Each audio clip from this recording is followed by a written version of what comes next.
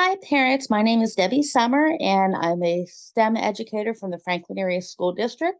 I just thank you today for spending some time with me and learning about how to inspire your child to love and use mathematics.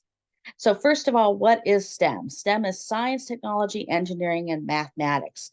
Sometimes you may hear it as being STEAM with A for art in there.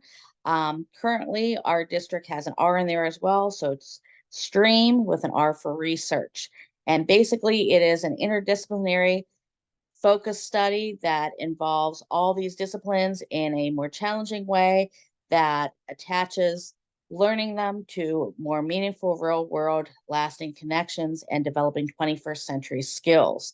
And it focuses on things like communication and reasoning and creativity and collaboration and all those skills that employers are looking for in our century. So, what is STEM? All the different things that apply that students learn through STEM are listed here on this Wordle for you. So, why is it so important? Well, it teaches the 21st century skills that our children need to be successful in society past school. So, you can see it teaches them leadership skills and creativity and communication and collaboration and flexibility and problem solving and responsibility and self direction, all those things that employers are looking for. And really, when it comes to STEM, we're preparing students in education for jobs that do not even exist yet. Students are learning to apply connections between the STEM disciplines. And sadly, the United States has been lagging behind in these areas. And a lot of our students tend to opt out of the higher level math and the higher level science courses, which means that they lack job readiness. So, by learning these things and having more of a math and STEM background, students are going to be more ready for a job, more likely to have a job, and more likely to have future financial stability. So, why math specifically? Well, taking math classes matters. Research shows that the more math classes a student takes, the higher their earnings 10 years later, with advanced math classes having almost a 20% increase of salary over 10 years after high school. And this is stated in Joe Bowler's books, and it came from a research study by Rosa Betts. Why math? What does math do for kids? Well, math helps them with mental discipline. It helps them with problem solving skills and creativity. It teaches them logic and reason. It teaches them perseverance and being willing to stick with things even when they're hard.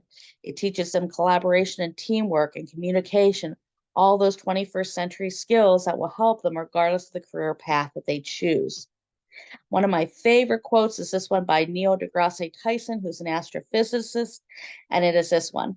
Whether or not you use the math that you learned in school, learning the math established a connection in your brain that did not exist before.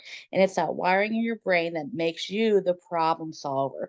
And that kind of hints at what we're going to be talking about a little bit, which is a growth mindset and current research on how students learn. So, the current research, you probably have heard commercials that talk about brain plasticity and flexibility. You probably have wondered what that is and how it works. Well, the current research about how people learn is that when we get a new idea, there's several different ways that something will happen in our brain. One is that it can develop a new pathway. Two is that it can strengthen a pathway that already exists. And the third way is that it can make connections between pathways.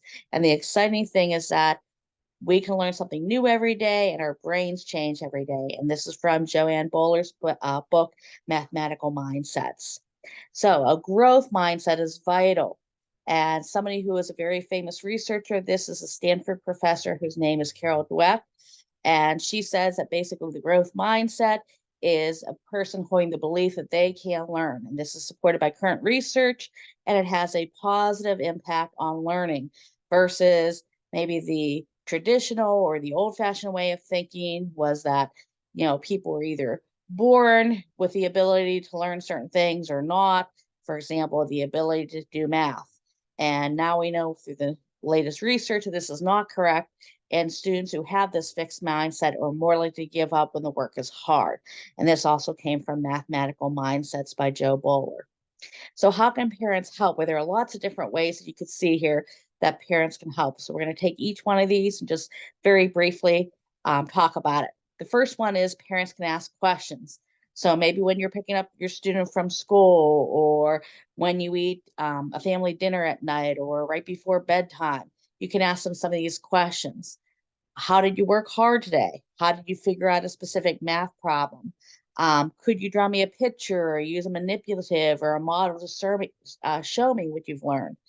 And what was the most interesting thing you learned today? And how did you work as a team with other students in your class today? Mistakes and struggle have a very positive impact on learning. And Carol Dweck says every time a student makes a mistake in math, a synapse fires. And you can see off to the right hand side, yes, it was intentional with the graphic. Mistake are proof that you are trying. So, what happens when people make mistakes? Well, the current research is pretty exciting with this. There's a couple of different ways that the brain can react that you see here. Either way, it is additional electrical, activity that the brain experiences.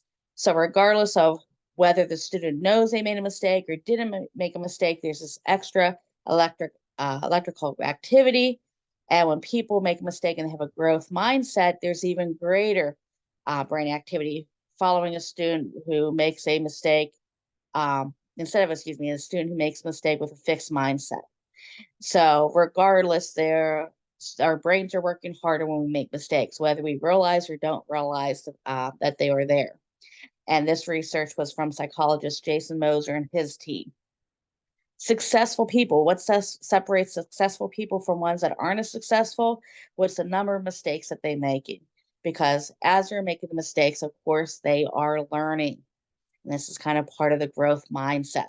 Mistakes help us learn. It's really, really important that kids get that message from all of us. We have to be willing to share our own mistakes and have the attitude that it's okay. We're not learning if we're not making mistakes. Otherwise, we're just relearning and re-going over what's something that we already know. So it's a great thing to talk to your kids about the mistakes that you make, maybe even say to them, what's your favorite mistake that you learned from today? Adults can learn too. So talk to your kids. What are you learning about? Maybe there's something new that you're learning in a math program or in a computer program, pardon me, at work. Or maybe you're learning something new, like you're trying to learn a foreign language because of a trip you're going to take. Or maybe you decide you're taking a cooking class. Or maybe you're going down to the Y and you're learning something about, the weight room. But share how you're learning as well and emphasize how it's really, really important to learn and to work hard, and how you can learn from mistakes that you make as well. And when they see that from us, then they're going to understand that that's okay when they make mistakes as well. Math anxiety. It can be based on direct or indirect messages. Fixed mindset is damaging to everybody, but especially high achieving girls, and an emphasis on effort over um, the fixed mindset of just believing you either can or can't do mathematics is really, really important in overcoming math anxiety. So, fortunately, if you have a kiddo who has math anxiety, it is reversible. We do want to be really, really careful how we talk to our kids about math, how we talk to our kids about education and learning, because they're going to pick up on things, whether it's a direct message to them or an indirect thing. So, whether it's like, oh, I wasn't good at math either when I was a kid, or whether it's just something indirect. Maybe you're talking about taxes and being nervous about them or what have you. The kids are going to pick up on that type of thing. So you want to make sure that you're giving them a positive mindset, a growth mindset, emphasizing the hard work. Emphasize things like, if you're helping them with math, about learning concepts and number sense over just memorizing facts and procedures and speed and so on, because math isn't so much about speed and being able to do the calculations. It's about those higher level critical thinking skills. It's about being able to work together with other kids and learn the concepts that way. It's about things like thinking more in depth as opposed to just memorizing a set of facts. So it's really, really important that kids understand that that's what's important to us, is the effort and the willingness to learn and the thinking about math on a greater level, not so much emphasizing, like times tables and flashcarding our kids. That's not the best way to accomplish that. Instead, it's practice in other ways. And you can see here, Malcolm Gladys, an outliner, says that it takes about 10,000 hours to become an expert in something. And of course, when it comes to mathematics, we're not talking about 10,000 hours of flashcards or the same types of math problems over and over again. We're talking about working mathematically in any way works towards that time of growth.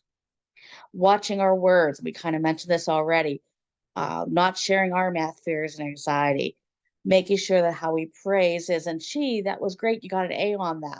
Instead, sharing and praising how much effort went into it. Oh, you really worked hard on that. I could see how much, you improved, or look how you're learning this. Point out how the hard work leads to success, and let them know that you recognize that if they're not making mistakes, they're not learning. They're just going over again the same old, same old. And of course, we want to emphasize that math is exciting and it's fun. Math is everywhere. And a lot of these examples came from Joe Bowler's work. There are mathematical patterns like snowflakes and ocean currents have them in nature. Animals, I found this really amazing when reading her book. Animals use mathematics. Dolphins, for example, can find their fellow dolphin friends because they're able to tell the length of time it takes for the sound to come back and the quality of the sound that comes back to know where the other dolphins are. And spiders use them, for example, for their spider webs. And math is everywhere in everyday life for all of us, too. It's in cooking, it's in balancing the checkbook and budgeting and money management. It's there when we're, trying to teach our kid how to play tennis and talking about, the way they hit the ball and the trajectory involves geometry and trigonometry. It's things like home improvement. For example, if you're, getting new flooring for your house, being able to do the calculations you need to know how much. It's telling time and all those other ways that we use mathematics. So it's important that children with their adults in their life are using mathematics everywhere. Emphasize that it's fun, emphasize that it's everywhere. There are patterns in nature, there are shapes in road signs. It's buying a new carpeting or installing a fence and all the math that's involved in that. It's comparative shopping by unit price or figuring out how much money you can spend, within your budget. What can you buy for that when you go grocery shopping? It's figuring out when you go to the restaurant what the tip should be. It's using fractions when you're cooking and so on. So math is everywhere. There are lots of ways to share math besides those ways as well. There's plenty of great math books out there and lots of different games. I just listed a few of the ones that are available out here. I'll also give you a copy of the slides though, so you can see that, as well as a summary sheet from Joe Bowler's parent resources as well at the end. Some other great resources. YouCubed is through Joe Bowler, and you've heard me mention her research a number of times. She has some really excellent parent resources that can explain to you more about brain plasticity and the growth mindset and how children learn and the best approaches to learning mathematics. This next one is a listing of the 50 math books that are best for kids, and it's a great list. That's a great beginning to a library, either borrowing from our library or public library or developing your own home library. And then the last one is a parent's guide. And I had lots of references that I've used. You can see some of them here. And I'll give you a copy of these as well. So if you're interested in looking up some of these things, you can feel free to do so. And of course, if you have any questions, feel free to contact me at school or at the end of my presentation. And credit for the slide templates is through SlideGo. So thank you very much. If you have any questions, feel free to contact me, and I look forward to hearing from you and working together with your student to make them the best that they can be. Have a nice night. Bye.